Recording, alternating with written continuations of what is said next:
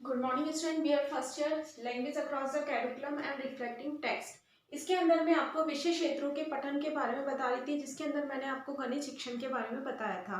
अब मैं आपको बता रही हूँ विज्ञान पठन।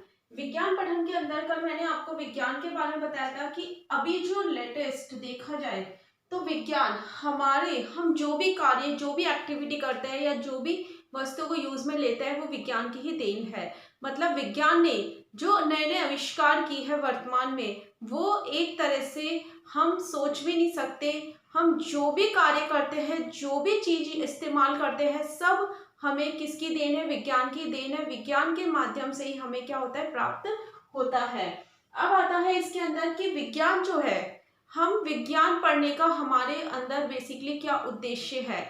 बच्चों को एक मतलब लैंग्वेज के जो भी अध्यापक होते हैं इन्हें विज्ञान मतलब जो साइंस सब्जेक्ट है उससे अवगत कराने के लिए क्या क्या उद्देश्य हो सकते हैं कि बच्चों में वैज्ञानिक दृष्टिकोण का विकास करना, मनन और चिंतन शक्ति का विकास करना, वैचारिक दृष्टिकोण को विकसित करना, या फिर हम कह सकते हैं अनुशासनात्मक व्यवहार को बनाए रखना, या फिर हम कह सकते हैं इसी के साथ साथ जो भी एक्टिविटीज बच्चे कर रहे हैं उसके माध्यम से मतलब विज्ञान जो है, विज्ञान बच्चे विज्ञान सब्जेक्ट को क्यों पढ़े?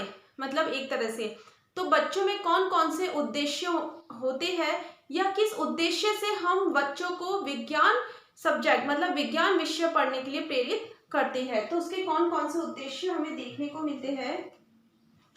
क्योंकि किसी भी विषय के जो उद्देश्य होते हैं वो किस पर आधारित होते हैं? उसकी धारणा पर आधारित होते हैं। किसी भी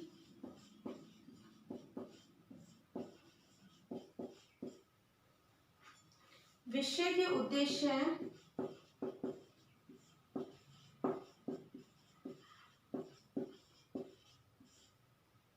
किसी भी विषय के उद्देश्य आंशिक रूप से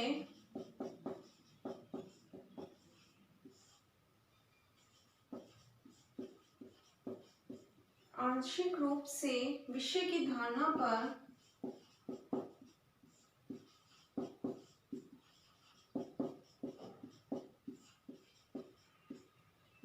धारणा पर आधारित होते हैं।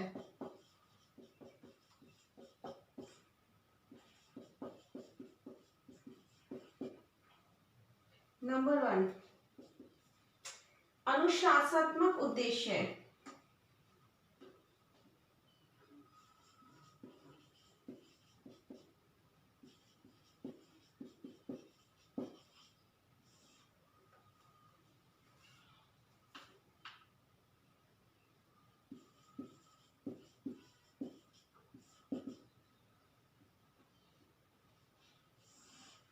अनुशासनात्मक उद्देश्य, इसका मतलब ये होता है कि जो छात्र होते हैं, छात्र के मन में और उनके मस्तिष्क में जो विज्ञान है वो एक तरह से क्या स्थापित करता है? अनुशासन स्थापित करता है।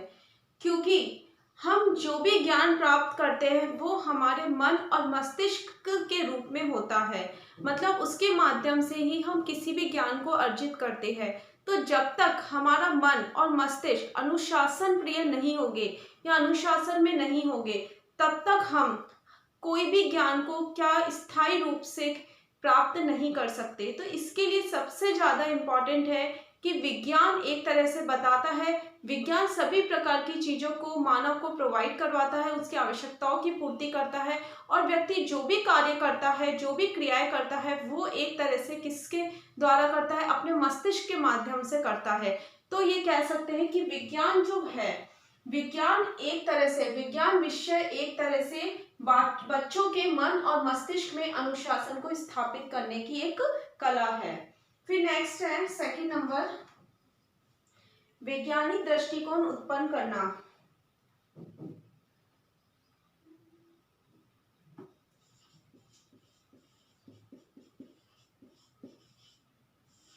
वैज्ञानिक दृष्टिकोण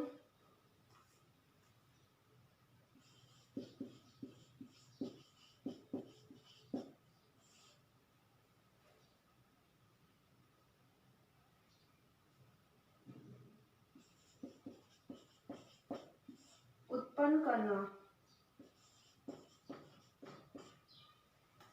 वैज्ञानिक दृष्टिकोण उत्पन्न करना, इसका मतलब ये होता है विज्ञान के उद्देश्य जो होते हैं, विज्ञान का उद्देश्य ये होता है किसी भी ज्ञान को एक तरह से बच्चों के अंदर वैचारिक दृष्टिकोण को विकसित करना। क्योंकि जो भी हम कार्य करते हैं या जो भी ज्ञान उत्पन्न करते हैं हम, वो हमारा एक तरह से किस पर निर्भर करता है, हमारी चिंतन और तर्क शक्ति पर निर्भर करता है।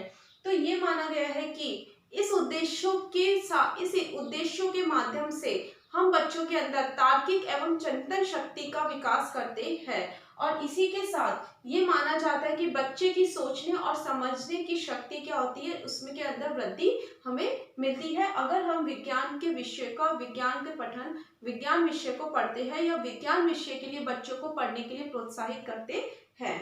तो ये माना जाता है कि किसी वैज्ञानिक तथ्यों को समझने के लिए बेसिकली उसका जो चिंतन शक्ति होती है, जो उसकी तर्क करने की शक्ति होती है, वो कैसी होनी चाहिए, बहुत शार्प होनी चाहिए। तो ये माना जाता है कि विज्ञान विषय के उद्देश्य के ज्ञान से हमारे छात्रों के अंदर वैचारिक दृष्टिकोण की भावना का उदय होता है। फिर नेक्स्ट आता है 3rd नंबर, मनोवैज्ञानिक दृष्टिकोण।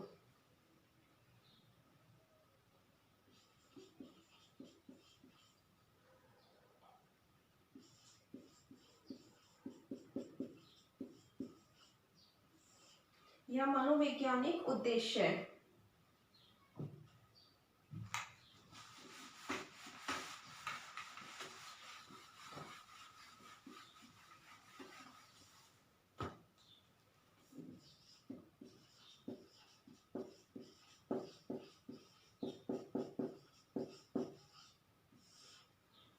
मनोवैज्ञानिक उद्देश्य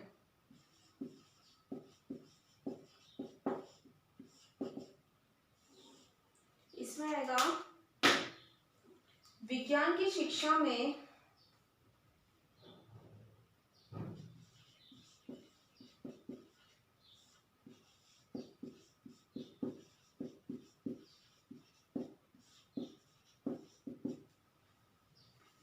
मनोवैज्ञानिक उद्देश्यों की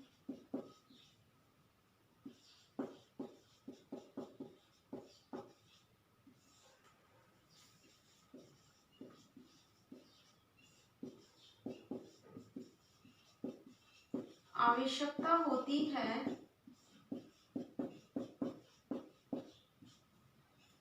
ताकि उसकी आवश्यकता के अनुरूप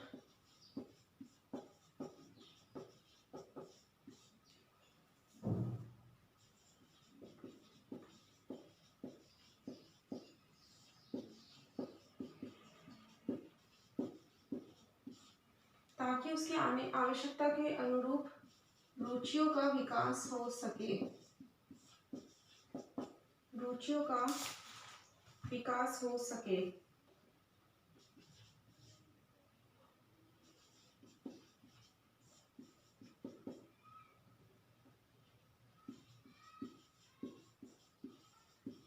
इसके अंतर्गत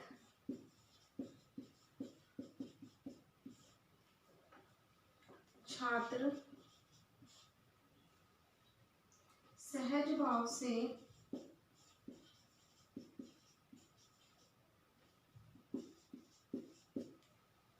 अपनी रुचि एवं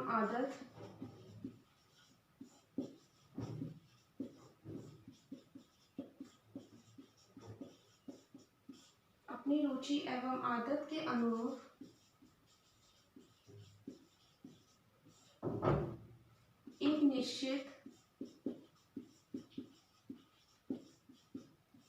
एक निश्चित दिशा में अग्रसर होने लगता है।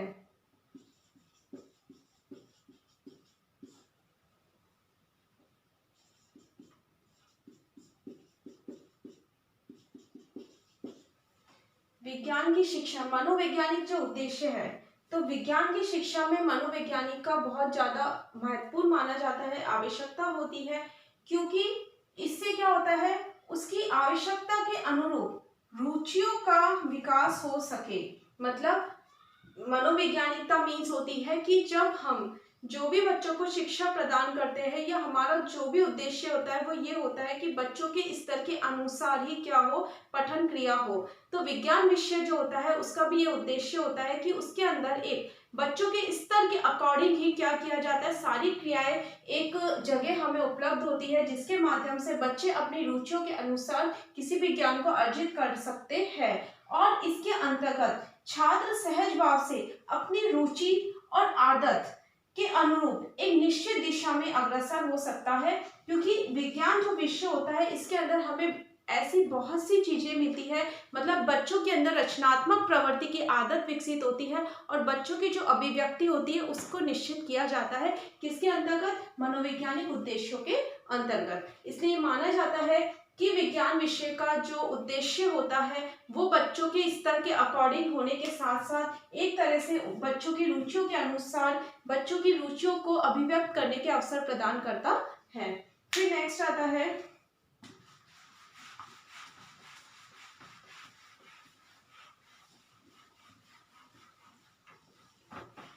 सामाजिक उद्देश्य।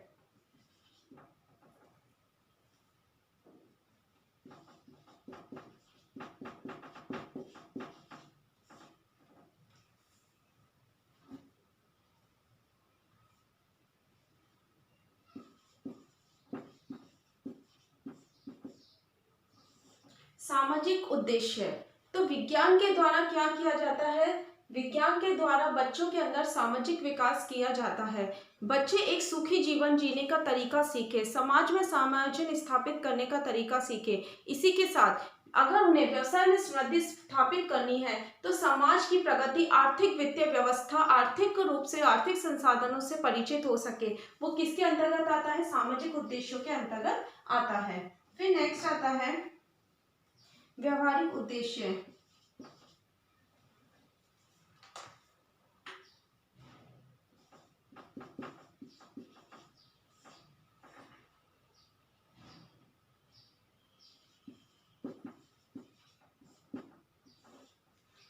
ठीक है, व्यवहारिक उद्देश्य इसका मतलब ये होता है कि जो ज्ञान होता है, ज्ञान तभी एक तरह से उपयोगी माना जाता है जब उसे व्यवहार में लिया जाता है।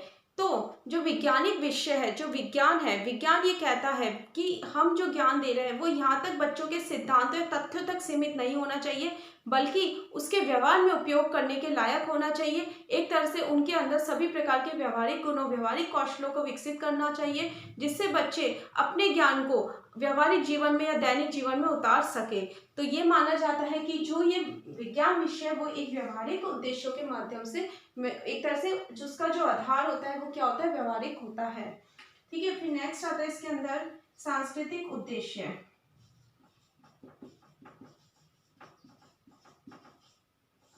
सांस्कृतिक उद्देश्य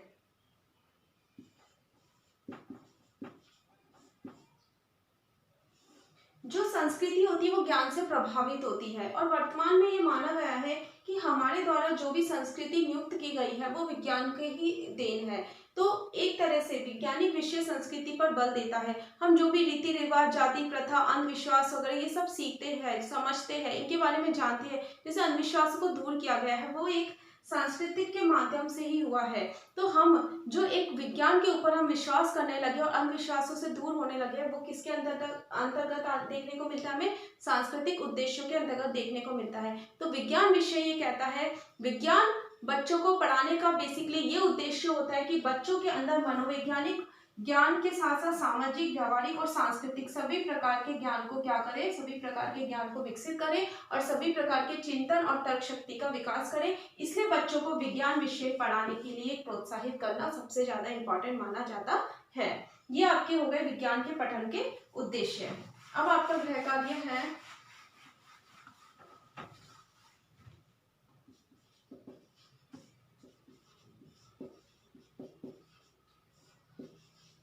विज्ञान के पठन के